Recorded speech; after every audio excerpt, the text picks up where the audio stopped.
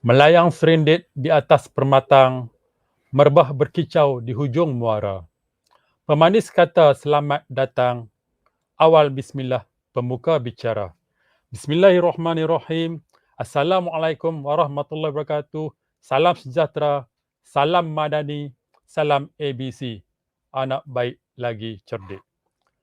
Terlebih dahulu saya ucapkan selamat datang ke Kolokium Pendidikan Jasmani dan Sukan Peringkat Antarabangsa 2023 Anjuran Institut Pendidikan Guru Kampus Bahasa Antarabangsa dan Persatuan Pendidikan Jasmani Malaysia serta Universiti Pendidikan Sultan Idris. Saya, Rohimi Jamil, merupakan moderator untuk siri kolokium pada hari ini. Tuan-tuan dan puan-puan, terima kasih juga diucapkan kerana menyertai kami di saluran YouTube IPG KBA 2023 dan tema untuk kolokium tahun ini ialah Healthy Body, Healthy Mind. Matlamat kolokium ini adalah untuk menyediakan platform pembentangan showcase amalan terbaik dalam kalangan penyelidik pendidikan jasmani dan sukan di peringkat antarabangsa. Kami berbesar hati sekiranya anda dapat berkongsi maklumat tentang kolokium ini melalui media sosial masing-masing. Sekarang, izinkan saya untuk memperkenalkan pembentang kita untuk sesi kali ini iaitu Yang Berusaha, Dr. Muhammad bin Seman. Beliau berasal dari Besut, Terengganu dan mendapat ijazah kedoktoran dalam bidang pengurusan sukan di Universiti Malaysia.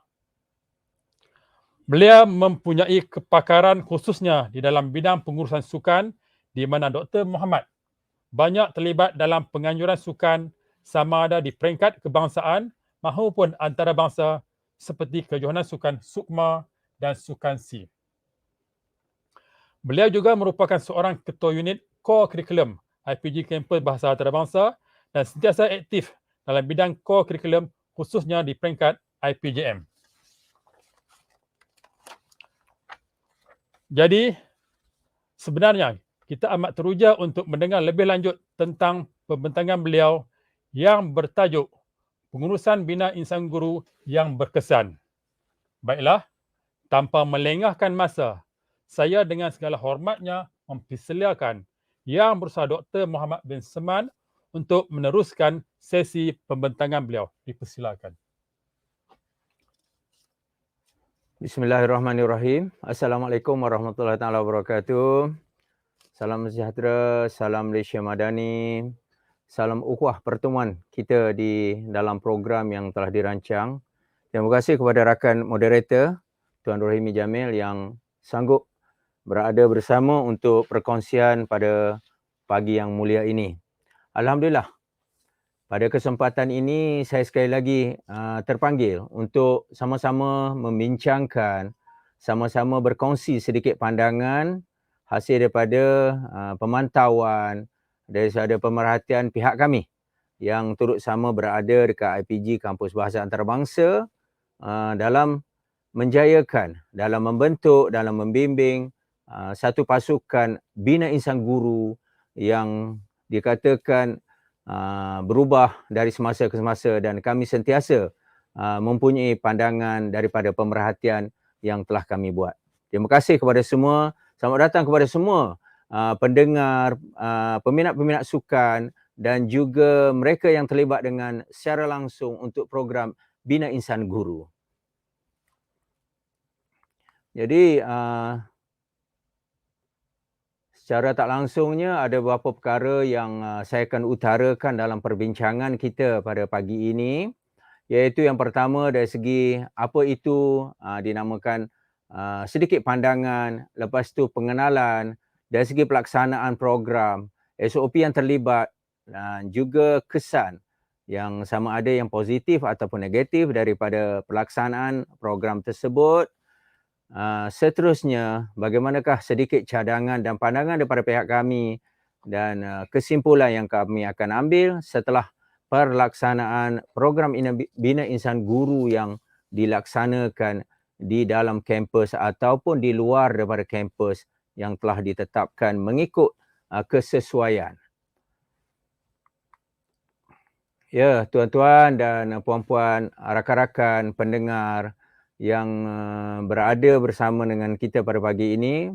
Jadi kajian yang kami telah laksanakan, yang saya telah laksanakan bersama rakan-rakan ialah ianya membentuk pemerhatian, pemantauan dan penganalisaan kami secara tidak langsung dalam pelaksanaan program tersebut. Di dalam program ini, kajian-kajian ini tertakluk kepada macam mana kami mengenal pasti sama ada secara bersemuka ataupun kami akan memerhatikan melalui penelitian kami dalam kajian-kajian yang telah dibuat oleh mereka yang telah menjalankan kajian ini yang lepas, dan mereka juga, dan kajian ini sentiasa hangat dalam pemikiran setiap individu yang mengendalikan program ini. Ya, tuan-tuan dan puan-puan juga, secara amnya penulisan ini berdasarkan daripada program Bina Insan Guru yang kita tahu sebagaimana yang diwar-warkan oleh kementerian, oleh pihak Institut Pendidikan Guru Malaysia. Bina Insan Guru ini bukan berada di mana-mana platform. Mana ada pusat pengajian tinggi, pusat-pusat yang telah diperkenalkan, ianya ada di dalam IPG sahaja. Program ini diperkenalkan untuk peringkat IPG sahaja. Jadi oleh itu, IPG yang dimaksudkan di sini ialah tempat lahirnya siswa-siswi bakal guru. Jadi semua yang terlibat, mereka ini didedahkan sama ada peringkat awal ataupun peringkat yang terakhir, tetapi mereka dibekalkan dengan program-program yang berbentuk bina insan mereka sendiri. Jadi untuk mungkin pusat pengajian tinggi, mereka ada program bukan berbentuk BIG, tapi mungkin ada program-program latihan ilmiah dan sebagainya, soft skill. Tapi di sini, di pusat pengajian ataupun yang melibatkan siswa pendidik, bakal guru, mereka didedahkan dengan program Bina Insan Guru.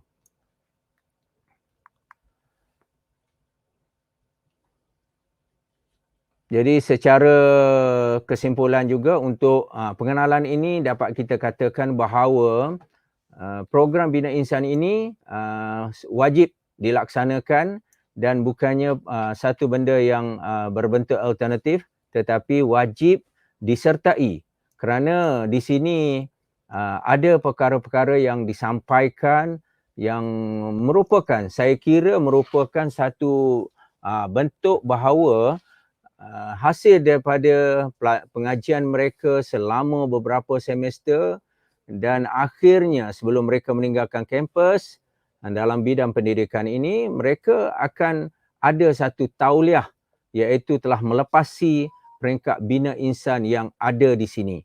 Jadi oleh itu, program bina insan ini sepatutnya sangat wajib dilaksanakan walaupun dalam pelbagai corak perubahan semasa ke semasa, tapi tertakluk pada modul yang telah diperkenalkan.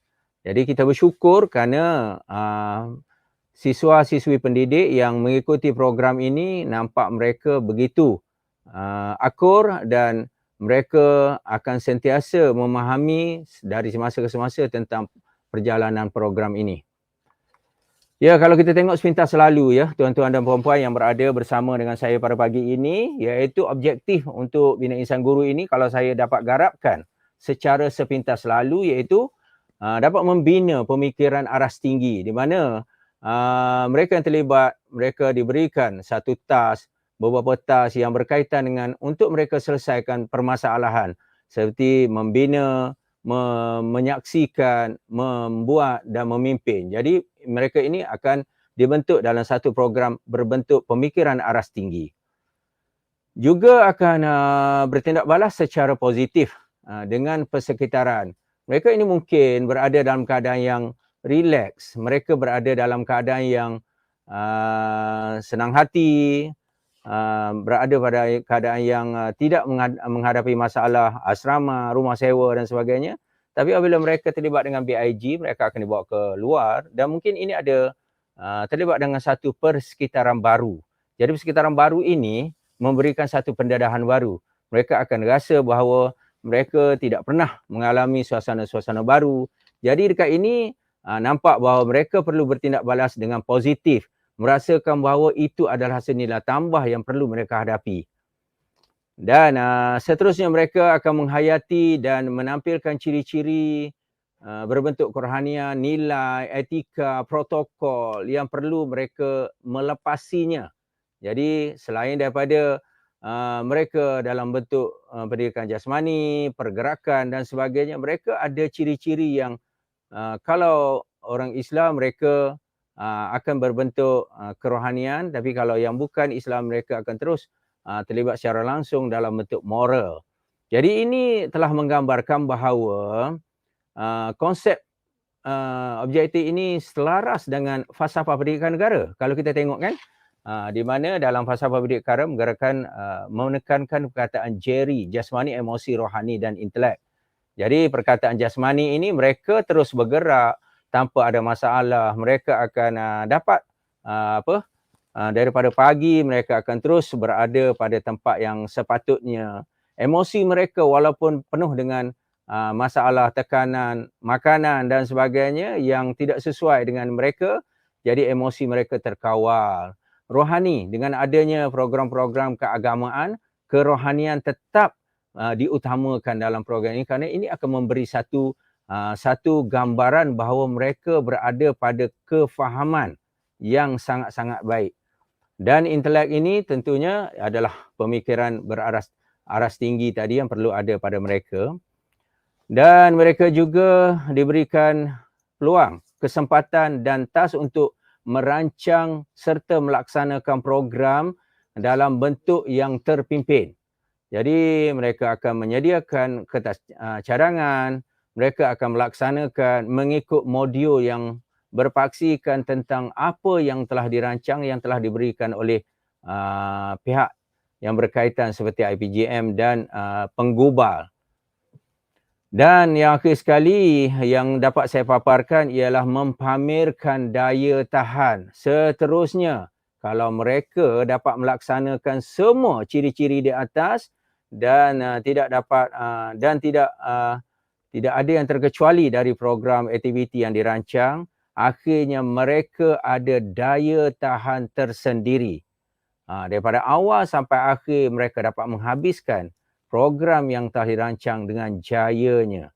Jadi dengan kata lain, kualiti mereka bukan berada pada satu segmen sahaja, tetapi mereka harus mempunyai daya tahan dalam berusaha mengekalkan kemahiran dan sebagaimana yang ada dalam diri mereka.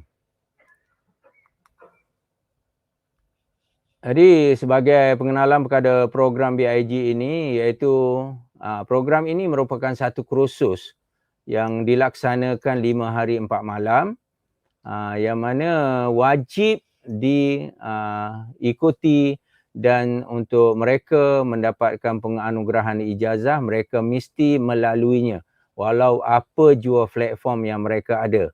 Sama ada mereka dalam keadaan yang kondisi yang kurang baik tapi mereka datang dalam keadaan yang mereka dikawal dan diberikan bimbingan oleh pihak jurulatih yang terlibat. Jadi dekat sini kalau kita tengok ya, tuan-tuan dan puan-puan, semua orang dah tahu kalau di peringkat IPG ni tahu tentang BIG. Cuma pelaksanaan di tempat yang mereka lalui itu adalah cukup berbeza. Kondisi pelajar, kondisi tempat dan segala aturan yang dilalui adalah tidak sama. Mungkin modul sama tapi pelaksanaan itu adalah tidak sama di antara satu sama lain. Jadi trust utama dalam kursus ini ialah membina dan membentuk kualiti guru. Okey, kualiti guru. Jadi kalau guru ini bijak yang berada dalam kelas, mereka cemerlang akademiknya dalam kelas, mereka cemerlang dalam persatuan, dan cemerlang dalam apa jua, tetapi mereka zahirkan perkara ini dengan penyertaan mereka dekat bina insan guru. Daripada situ dapat dinilai bahawa adakah guru ini bersedia untuk ditempatkan ataupun berada di luar sana apabila berada di pasaran sebenar sebagai seorang pendidik. Jadi program Bina Insan Guru ini lebih menekankan kepada pembelajaran. Kalau dulu kalau kita tengok sebelum adanya beberapa program yang melibatkan masalah-masalah seperti COVID, seperti stroke haba dan sebagainya, kita bebas untuk melaksanakan program Islamic BIG ini di luar, yang mana pendedahan mereka cukup ketara, sama ada melalui melalui air, darat, yang mana mereka ini didedahkan tentang persekitaran yang sebenarnya. Namun begitu, setelah adanya sedikit ujian daripada Allah SWT bahawa ada sedikit kesan-kesan COVID, ada sedikit daripada stroke haba, mereka tidak dibenarkan untuk terlibat dengan berbagai pendedahan di luar kerana ini melibatkan kesihatan dan keselamatan. Namun begitu, program ini diteruskan dengan ada pengubahsuaian daripada pihak-pihak yang telah menganjurkan. Kalau kata perkara ni tidak diteruskan, mungkin mereka akan drag untuk satu jangka masa yang panjang untuk mereka ditauliahkan sebagai seorang guru. Tapi oleh kerana pihak IPGM, kita juga terima kasih kepada pihak rektor yang memahami bahawa tidak ada untuk siswa ini disimpan terlampau lama dan mereka terus ikut flow yang telah dirancang. Okay. Selain pada itu juga melahirkan insan yang berilmu dan juga berkemahiran. Jadi kemahiran kat sini bukan sahaja dari segi dalaman, dari segi luaran mereka dibentuk dengan kemahiran yang tersendiri. Contohnya mereka dibentuk dengan satu pasukan memasak, satu pasukan yang menjaga tentang tata cara tentang pengurusan kayak, ada abseiling, ada kemahiran tali dan sebagainya, mereka diberikan banduan. Jadi dekat sini nampak kemahiran mereka dibentuk dan bakat di sini dapat dilahirkan. Dan seterusnya, apabila berdepan dengan suasana sebenar, contohnya mereka posting ke mana-mana yang berkaitan dengan tempat di luar bandar yang tidak ada banyak kemudahan, akhirnya mereka dengan secara tidak langsung telah adaptasi keadaan tersebut dengan kehidupan seharian mereka. Ya. Jadi para pendengar yang budiman, kita juga harus sedar bahawa perubahan-perubahan berlaku dari segi struktur pengendalian modul BIG, tetapi secara dasarnya perubahan tersebut tidak membawa kesan kepada pembentukan diri seseorang yang akan bergelar guru di masa akan datang. Mereka hanya mungkin ada perubahan jam, tetapi sebenarnya konten asal mereka tidak berubah. Okey. Baiklah, juga kita kena tengok pelaksanaan program BIG ini dilaksanakan, ditawarkan kepada guru pelatih semasa. Semesternya sekarang kalau ikut, kalau dulu di akhir-akhir semester, mereka akan ditawarkan program ini dan timbul pelbagai persoalan. Kenapa akhir? Kenapa tidak berlaku awal? Dan akhir ni mereka dah kelang kabut dan nak posting dan sebagainya, ada kursus PTM dan sebagainya. Namun selepas kenal pasti, dibuat baik pulih dengan satu perkataan, kalau membentuk biar daripada rebung, jangan dah menjadi buluh baru nak dibentuk. Maka pada sekarang ini program itu dia ubah kepada peringkat yang lebih awal sedikit supaya mereka terus berdaya saing dan mempunyai tahap ketahanan dan boleh melaksanakan semua pergerakan dalam IPG dengan jayanya tanpa ada sebab mereka tidak boleh melaksanakan. Jadi ini juga akan membantu pencapaian akademik mereka. Okey. Jadi jam kredit juga dulu memang kalau kita tengok ada beberapa lah persoalan, ada 84 jam yang kita bentuk kuliah, ada bentuk perkemahan dan sebagainya. Tapi sekarang dah dipendekkan, kalau kita tengok sejak akhir-akhir ini ada 61 jam dan ada juga termasuk dalam dipamerkan ujian untuk mereka laksanakan. Jadi ini dah nampak bahawa perubahan modul itu dah semakin mantap yang telah diperkenalkan oleh IPJM, di mana penggubalnya juga adalah orang yang dekat dengan orang yang melaksanakan BIG. Okey, jadi kita pun kenal dan mereka ini kita tahu berpengalaman dan sendiri pernah terlibat secara penyelaras ataupun program sebagai jurulatih BIG. Jadi kita rasa terima kasih kepada semua penggubal yang mana telah meneliti perkara-perkara ini supaya ianya lebih mantap bukan sekarang tetapi di masa akan datang supaya ianya diguna pakai dan boleh dilaksanakan. Okey, dari segi pentaksiran kerja khusus juga kalau kita tengok diberikan sebagai melihat kepada perancangan, jangka masa tentang penghantaran kerja khusus, jangka masa tentang mereka dapat melihat membuat kerja-kerja tersebut ada masa yang sesuai dan tidak membebankan kepada pelatih itu sendiri. Jadi ini telah nampak bahawa satu keadaan yang ilmiah berlaku dalam pelaksanaan BIG dari semasa ke semasa.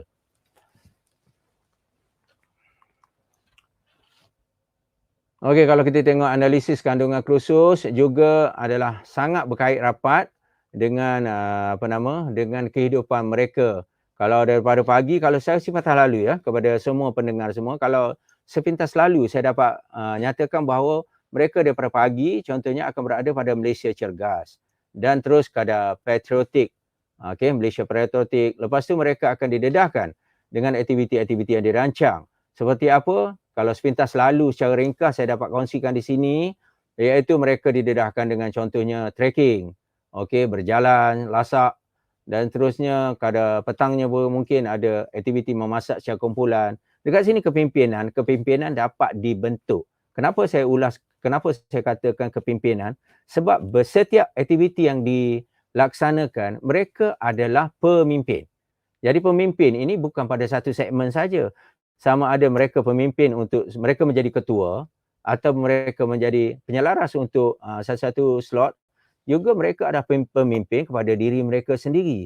Kalau mereka tidak boleh menjadi pemimpin kepada diri mereka, manalah mungkin mereka akan menjadi pemimpin untuk satu grup yang besar. Jadi aktiviti-aktiviti yang lain seperti kembara yang saya sebut tadi, aktiviti air, kalau kita tengok ada berakit, berkayak, ini sudah semestinya ketahanan dan juga mengikut arahan yang baik. Dekat situ kalau kita kata itu adalah kepimpinan. Mereka kalau dia tidak mendengar arahan dengan baik, pasti mereka akan hanyut ataupun lemas di lautan yang bergelora. Pasti ini berlaku. Jadi oleh itu kepimpinan itu bukan dibentuk dalam keadaan yang lama ataupun keadaan yang baru tetapi terbentuk terus dalam diri mereka. Cuma program BIG ini hanya menjentik mereka untuk keluarkan balik nilai kepimpinan tersebut.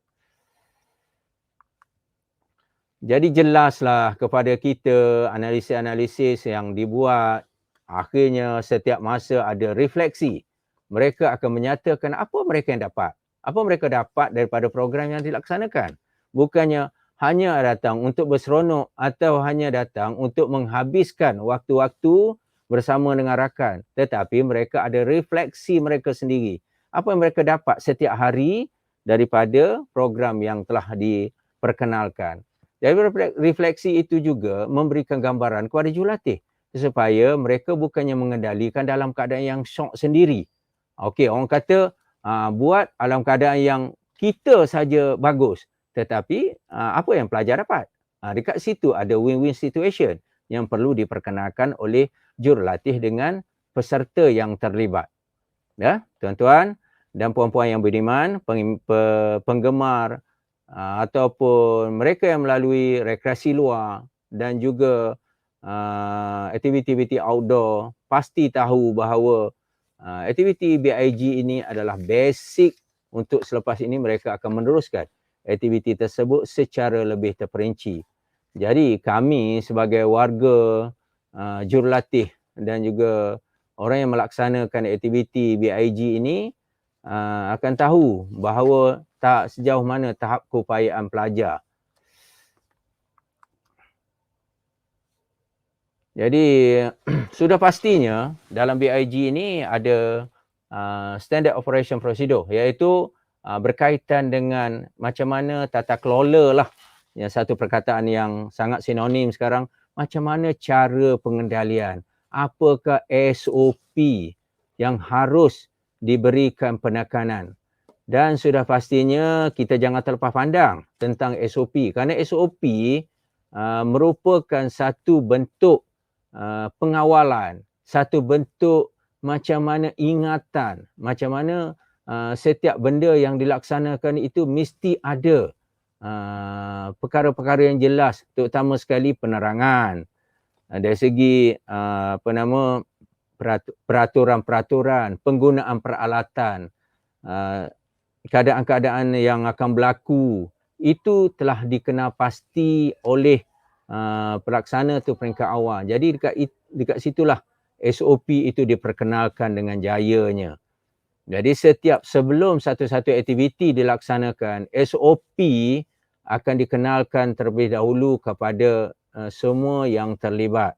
Jadi kefahaman yang jelas, terutama sekali aktiviti-aktiviti yang sangat berbahaya lah kalau kita kira, iaitu seperti abseiling ataupun aktiviti-aktiviti yang berkaitan dengan berkayak di lautan yang mana arusnya begitu kuat, itu sangat-sangat memerlukan kefahaman yang tinggi di kalangan pelatih.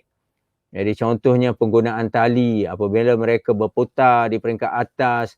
Jadi kalau mereka tidak faham, jadi terbentuk satu keadaan baru, iaitu panik yang melampau. Jadi kalau panik biasa, ianya boleh segera ditangani. Tapi kalau panik melampau di kalangan pelatih yang terlibat, menyebabkan semua keadaan akan berubah dan menyebabkan satu program tersebut akan mengalami masalah dalam pengendalian tersebut.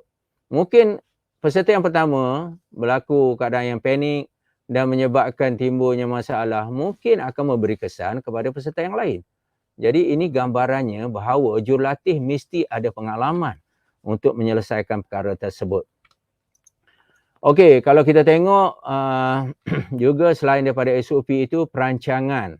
Perancangan adalah dititik beratkan dari semasa ke semasa tentang macam mana terlibatnya jawatan kuasa, terlibatnya tata cara yang mereka harus terlibat dengan program-program selain daripada program perkhemahan terus, mereka ada juga didedahkan dengan secara ringkas tentang apa-apa yang berkaitan dengan sebelum secara amali bersemuka mereka nanti.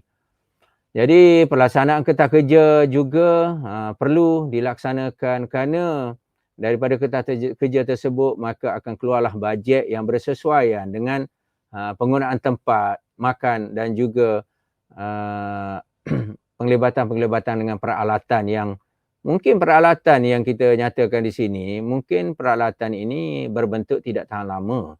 Contohnya penggunaan tiup, penggunaan alat-alat yang berkaitan dengan perkhemahan, kemah itu sendiri.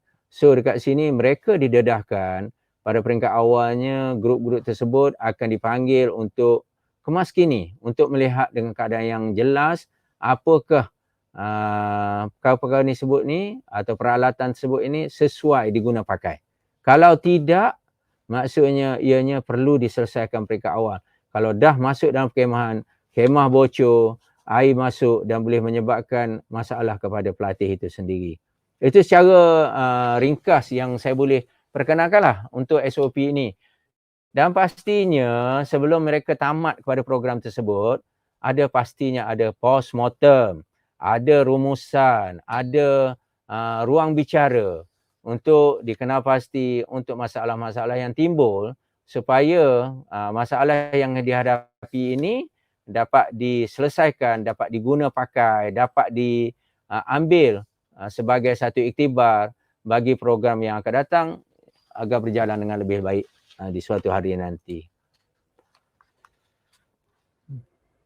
Okey, kalau kita tengok sini, pastinya lah setiap apa-apa jua pelaksanaan walaupun besar kecil program tersebut, terutama sekali program BIG ini, ianya melibatkan orang kata pembinaan karakter itu sendiri, pasti ada kesan positif dan tak terlepaslah daripada kesan yang negatif.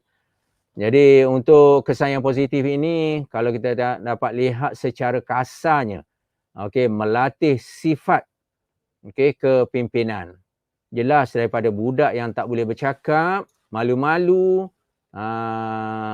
susah untuk digerakkan, tetapi selepas saja program ini dapat lihat dengan jelas mereka itu cergas, mempunyai kepimpinan yang tinggi dan dapat memimpin bukan diri tetapi pasukan mereka juga. Okey, melatih semangat kerjasama dalam berpasukan. Ya, sangat penting. Dalam belajar di peringkat IPG ataupun di mana saja, nilai-nilai berpasukan, semangat yang berkaitan dengan team building, teamwork ini adalah satu perkara yang tidak dapat kita keluarkan daripada diri mereka. Mereka akan bekerjasama dalam pasukan, mereka akan membantu. Seterusnya, apa yang akan berlaku pada IPG tersebut, IPG akan berada pada tahap yang terbaik hasil daripada kepimpinan yang ada di mereka. Okey, meningkatkan keyakinan modal insan, iaitu yang mana mereka akan berfikir, mereka akan bertindak secara harmonis, iaitu tidak ada prasangka, perkara-perkara yang buruk, tidak ada perasaan yang tidak puas hati, iri hati di antara sama lain, dendam dan sebagainya. Jadi sifat yang harmoni ini memang amatlah memberi kesan kepada kehidupan mereka sebagai guru pelatih. Okey, manakala kita berpatah kepada sedikit untuk kesan negatif, iaitu mereka juga kepadatan jadual. Kepadatan jadual dalam BIG ni kadang-kadang tidak selaras dengan kebolehan ataupun tidak selaras dengan keupayaan pelajar itu sendiri. Kadang-kadang mereka yang aktif bagus sangat untuk program, tetapi mereka yang tidak aktif, mereka hanya orang kata menjadi ulat buku dan hanya bersosial melalui internet saja. Jadi sedangkan program ini melibatkan banyak tenaga dan juga melibatkan kecergasan diri, itu mungkin terkesan kepada mereka. Dan kalau kita tengok juga faktor-faktor seperti kewangan, walaupun ianya mendapat bantuan sebagainya, tetapi mungkin persediaan pelajar itu sendiri, ubat-ubatan yang mereka perlu beli dan sebagainya, ataupun apa-apa tambahan, mungkin ini memberi kesan jugalah kepada mereka. Jadi sebagai juga kalau kita tengok yang daya ketahanan, di antara satu sama lain, daya ketahanan itu tidak sama. Jadi maksud daya ketahanan ini, jadi walaupun mereka lulus ujian untuk masuk ke peringkat IPG dengan baik, tetapi mereka bukan senang untuk berada pada satu situasi yang pergerakan mereka selalu dipanggil, dipantau, yang boleh menyebabkan mereka akan rasa terkesan, mereka harus cergas. Dekat situ akan mengambil masa lah untuk kesan itu. Okey, adakah anda masih lagi bersama dengan saya di sini? Okey, terus kita tengok daripada masalah, daripada kesan tadi. Mungkin kami, pihak pengelola, pihak penganjur dan juga pengendali untuk program Bina Insan Guru ini mempunyai sedikit pandangan dan cadangan untuk penambahbaikan di masa-masa akan datang, yang saya kira pandangan dan pandangan dan cadangan ini walaupun ianya tidak sekuat mana, tetapi sekurang-kurangnya pandangan ini kalau ianya berguna dan sesuai di tempat yang berkaitan dengan tuan-tuan dan puan-puan, bolehlah diguna pakai sebagai tambah nilai. Okey, agihan tajuk dan pembentukan masa, peruntukan masa untuk kursus harus dikaji. Ya, kalau kita tengok dulu 84 jam. Satu jangka masa yang sangat panjang lah kalau kita tengok kan. Tapi namun begitu, alhamdulillah sejak akhir-akhir ini pihak PJM telah memberikan satu respon yang baik di mana penggubal telah menukar daripada jangka masa yang panjang, ada sekarang dah 61 jam. Dan mungkin akan ada lagi lah pelbagai perubahan lagi. Cuma kalau kita tengok sini, agihan-agihan tersebut biarlah bersesuaian dengan kerja mereka, sebab selain daripada BIG, mereka mempunyai tugas-tugas lain seperti dalam mata pelajaran yang berkaitan yang lain daripada BIG. Jadi ini akan mengganggu mereka kalau tidak diagihkan dengan betul. Ya, sepatutnya diperlukan dan didedahkan pada peringkat awal. Ini maksud dia biar mereka ni mempunyai satu ruang waktu untuk mereka didedahkan dengan kecergasan. Jadi kalau kita tengok, kalau kita dah bawa ke peringkat BIG, baru hari pertama mereka dah collapse. Ada yang dah letih, yang menyebabkan mereka direhatkan. Kenapa? Mungkin pendedahan peringkat awal tentang konsep kecergasan diri itu mungkin tidak ada. Jadi kita percaya bahawa mereka ini, walaupun kita dah bagi taklimat awal, mereka harus bersiap sedia tentang kecergasan, tapi akhirnya apabila keadaan sebenar, tak nampak bahawa mereka ini cergas. Itu kita kena pasti peringkat awal lah. Jadi mengasingkan aktiviti berbentuk fizikal dengan aktiviti yang berbentuk pemikiran. Ini kalau kita faham bahawa bentuk fizikal ini mereka perlu diselang-seli. Janganlah berturutan. Contohnya, dahlah pagi tu trekking, petang tu ada aktiviti yang air, mereka tak sempat nak recovery tenaga mereka. Jadi tolong kita harus pecahkan, ada selang waktu yang mereka perlu ada rehat. Kerana kalau kita terus menerus buat aktiviti yang berkaitan dengan fizikal, dikhawatiri mereka akan kolaps dan tidak dapat menamatkan program dengan jayanya. Okey, latihan fizikal saya dah sentuh, pendedahan awal dah sentuh, dan sudah pastinya di tangan jurulatih itu bukannya jurulatih yang kita ambil dari segi tangkap muat saja. Mereka tak faham, mereka tidak ada banyak kemahiran dan mereka ditempatkan untuk mengendalikan ni. Ini menyebabkan ianya berisiko. Jadi risiko yang kita nampak kat sini, satu, dari segi keselamatan. Biarlah mereka yang dipilih ini diberikan in-house ataupun kursus-kursus pendek yang mereka dah ada confident level yang tersendiri, dan apabila mereka dah ada confident level yang baik, mereka berdepan dengan situasi yang sebenar pun mereka tidak panik ataupun cemas. Jadi keadaan ini membantu. Jadi oleh itu, saya syorkan ke sini, biarlah pihak-pihak tertentu yang bertanggungjawab memberikan pengalaman, memberikan kursus, pendedahan awal. Mereka ada ruang waktu untuk belajar sebelum mereka berdepan terus dengan pelatih yang mereka hadapi. Kerana situasi yang sebenar, kalau mereka tidak ada pengalaman, ini bahaya kepada pengendalian program tersebut. Jadi saya harap sangat kepada pihak-pihak yang berkaitan supaya tidak memandang sebelah mata saja dari segi kepakaran setiap jurulatih. Jurulatih mesti jelas dan faham skop kerja yang mereka harus tangani pada setiap masa. Okey, sebelum saya akhiri kepada kesimpulan ataupun ruang bicara yang pendek ini, maka dapatlah saya katakan di sini bahawa program BIG ini digarap, kalau mengikut pandangan saya dan kami di sini, ia sangat berkait rampat dengan falsafah pendidikan negara, iaitu menjadikan seorang insan itu seimbang dari segi jasmani, emosi, rohani dan intelek. Kerana dengan keseimbangan ini akan memberikan mereka satu nafas atau apabila mereka berada di luar sana, di pasaran sebagai seorang pendidik yang sebenar, setiap masalah yang dihadapi dapat ditangani dengan jayanya.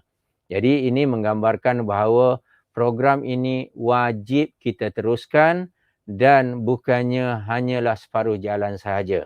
Walaupun mereka dah didedahkan dengan uniform, permainan, olahraga, tetapi BIG ada nilai yang tersendiri untuk dikenapasti dan dilaksanakan oleh setiap individu. Kita pasti Banyak IPG berada di bandar-bandar utama, tetapi kita tidak pasti di mana mereka akan ditempatkan nanti. Yang pastinya sekolah itu ada di semua sudut. Iaitu di sudut mana? Yang sudut yang berkaitan dengan di luar bandar ataupun yang berkaitan dengan persekitaran yang tidak kondusif. Jadi dengan adanya sedikit bekalan ilmu daripada BIG ini, pasti memberi ruang kepada pelajar itu mempamerkan sama ada kemahiran dan juga pengalaman mereka untuk menangani masalah ini. Kalau kita dengar cerita-cerita mereka dipostingkan di mana? Di ulu-ulu negeri, di kawasan jauh dengan kehidupan yang selesa, kemudahan-kemudahan awam, kemudahan asas yang tidak ada. Jadi kalau tidak dibekalkan dengan program ini, pasti kesukaran akan berlaku pada diri individu tersebut. Dan kita juga harus sedar bahawa setiap perubahan-perubahan itu janganlah melemahkan kita sebagai seorang pendidik untuk terus melatih dengan jayanya program-program yang ditawarkan.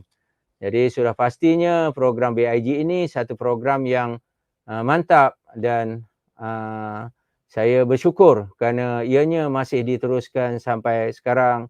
Kalau kita tengok dulu ada program-program yang kita panggil program selain pada Bina Insan ni, kita dulu ada macam-macam program tapi telah menimbulkan banyak masalah kepada pelajar-pelajar atau pelatih tersebut.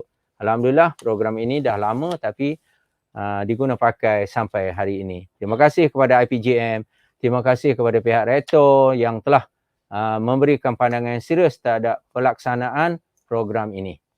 Okey, terima kasih daripada saya untuk seketika dan saya serahkan kembali kepada Tuan Moderator untuk sedikit ruang bicara. Saya persilakan. Terima kasih Yang Berbesar Doktor atas pengusian yang sememangnya sangat bermanfaat kepada kita semua, khususnya kepada warga IPG itu sendiri. Nampaknya Doktor, kita ada dua soalan yang diajukan oleh para peserta. Soalan yang pertama Doktor. Apakah impak BIG kepada siswa guru apabila mereka berada di lapangan sebenarnya, iaitu ketika mereka ditempatkan di sekolah? Sebagaimana yang Doktor beritahu tadi, tak semestinya mereka akan ditempatkan di kawasan-kawasan bandar. Kemungkinan besar ada sebahagiannya ditempatkan di kawasan-kawasan pedalaman yang mungkin kurang dari segi skala kemudahan. Silakan Doktor. Okey, terima kasih Tuan Moderator. Soalan ni nampak simple tapi mencabar untuk saya ungkaikan kepada satu kata yang sesuai untuk saya jelaskan di sini. Okey, kalau kita tengok kesannya amat ketara. Kalau dulu kesannya nampak ringkas sahaja, iaitu unit uniform, perkemahan-perkemahan yang mereka hadapi dalam situasi belajar. Tetapi dengan adanya program yang baik, Bina Insan, kita bina diri tu. Selain daripada jurulatih tu, bina diri jurulatih sendiri, bakal guru tu ada dibinakan karakternya tersendiri. Jadi kesan yang paling nyata selain daripada yang nampak jelas, mereka apabila berada di sekolah, situasi perasaan. Tuan Moderator, situasi perasaan.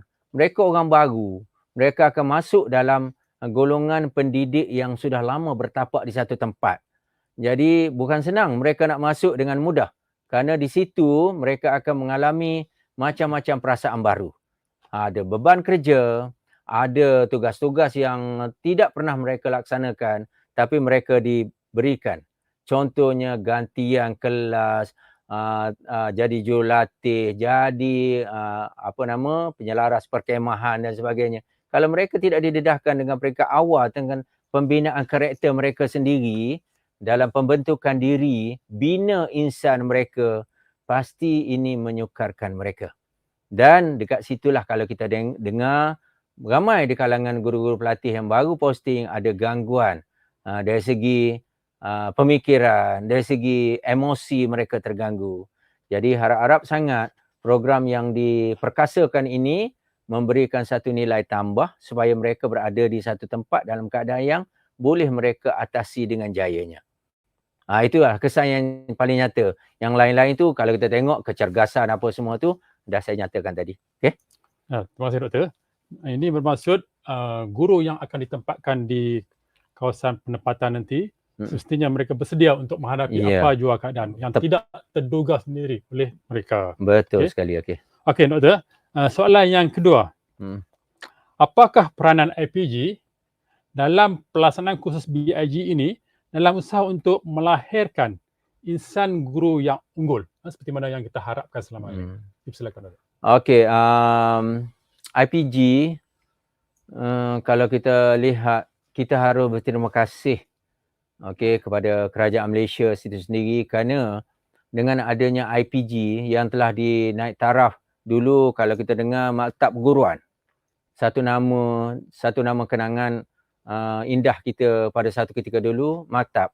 Tapi sekarang ini, kalau pada peringkat maktab tu dulu, mereka hanya berbentuk sijil dan sebagainya, diploma lah kalau kita.